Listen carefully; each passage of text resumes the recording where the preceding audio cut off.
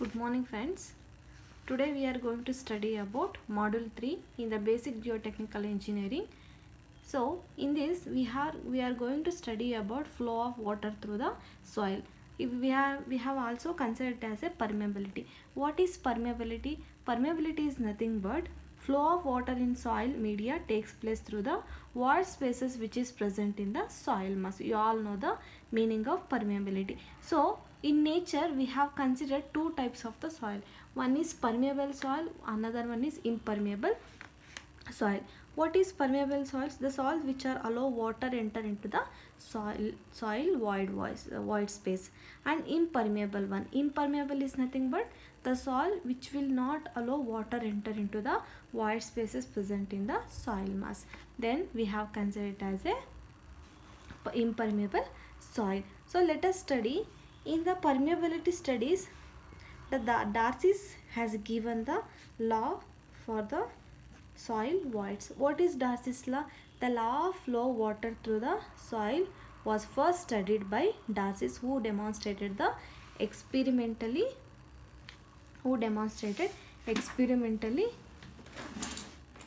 that for laminar flow condition in a saturated soil. He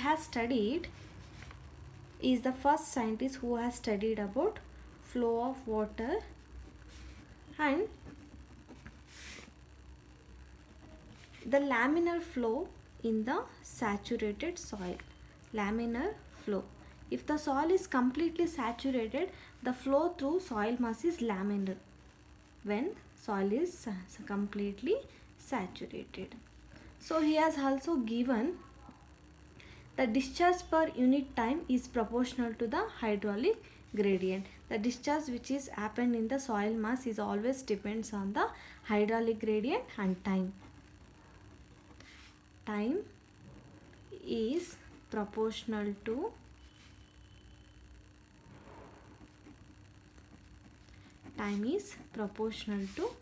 hydraulic gradient.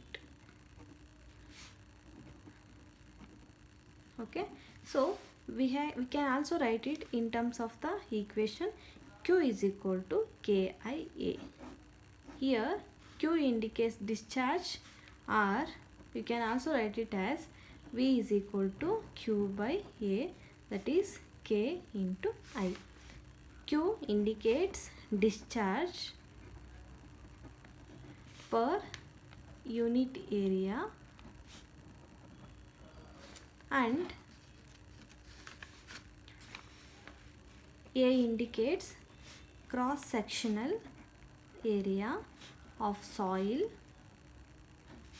and I indicates hydraulic gradient.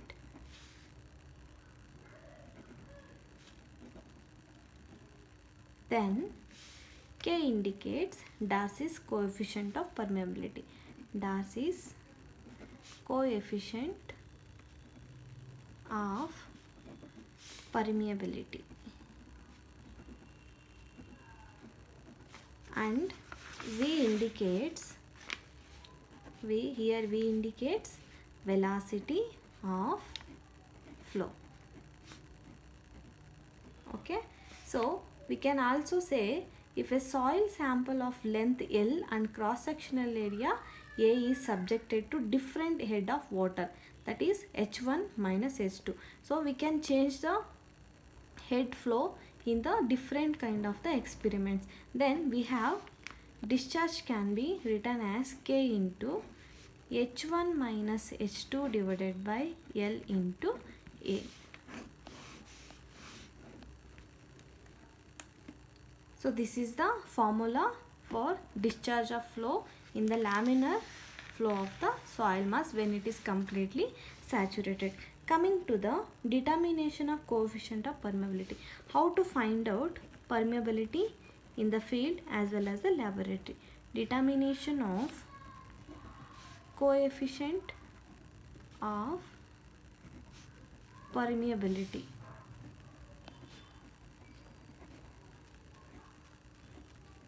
So how do you find out determination of coefficient of permeability? In the laboratory we have many methods. One is laboratory method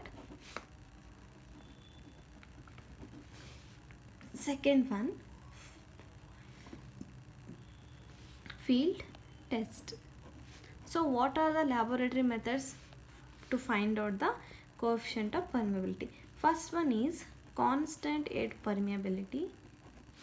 Constant air permeability. Second one, falling head permeability. Falling head permeability. And next one, in the field test we will consider pumping out test and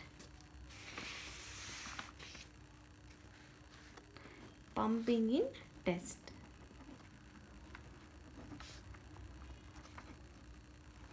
So these are the standard methods to find out the coefficient of permeability in the laboratory as well as field test. So first one, we will study about what is constant head permeability. Constant head permeability.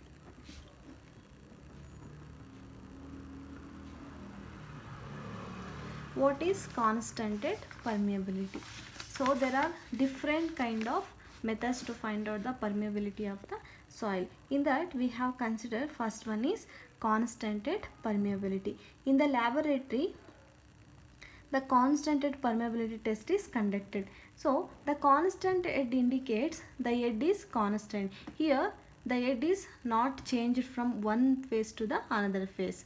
Okay, the constant head test is suitable for more permeable grained soils. It is always suitable for grained soils, grained soil, because this is completely permeable. And the air valve is provided to drive out air bubbles and absorbed in the transparent rubber tubing through the water flows from overhead tank to the soil specimen. So what they will do, they will fix the head, that is constant head, and they have also have the air valve which will provided to drive out the air bubbles which is present in the soil when it is moving from one phase to the other phase. And then after ensuring that the soil specimen is fully saturated, once the water discharged from one place to the other place, the soil will absorb the water. When you start releasing the water, then what will happen? The soil is obviously permeable one, it will absorb the complete water content. So when you will get to know that one soil is completely saturated, fully saturated, the flow has become steady, then you will get to know. Once the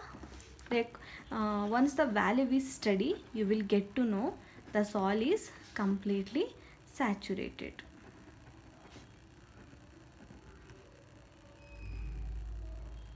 So the flow has become steady. The outflow is collected in the measuring jar.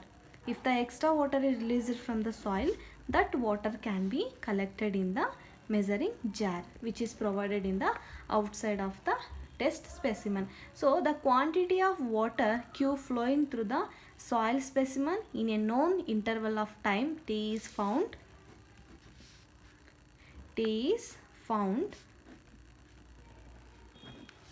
by applying the Darcy's law. Applying Darcy's law, that is Q is equal to KIA.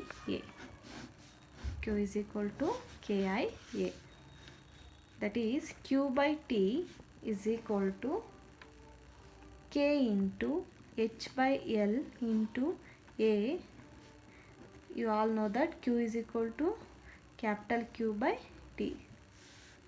Then K is equal to QL divided by A into HT. This is the formula to find out. Constant head permeability in the laboratory. Here A indicates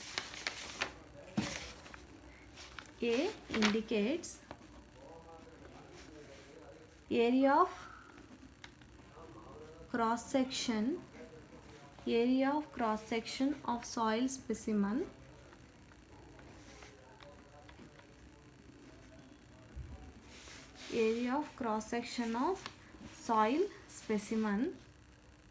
then L indicates length of specimen, then H indicates constant head, then T indicates time in seconds, and then K indicates coefficient of permeability.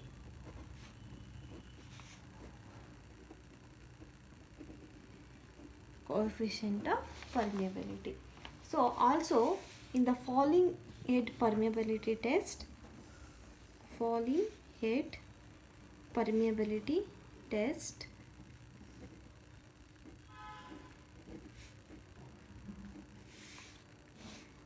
the process is same, but there is only one difference between constant head and falling head permeability test is here the head is not fixed. The head will be changed from one phase to the other phase. That is H is equal to H1 minus H2. As per the Darcy's law, the rate of flow Q is given by, in the falling head permeability test, as per Darcy's law, the rate of flow Q is given by Q is equal to A into velocity of flow, and Q is equal to minus A into dH by dt, that is equation 1.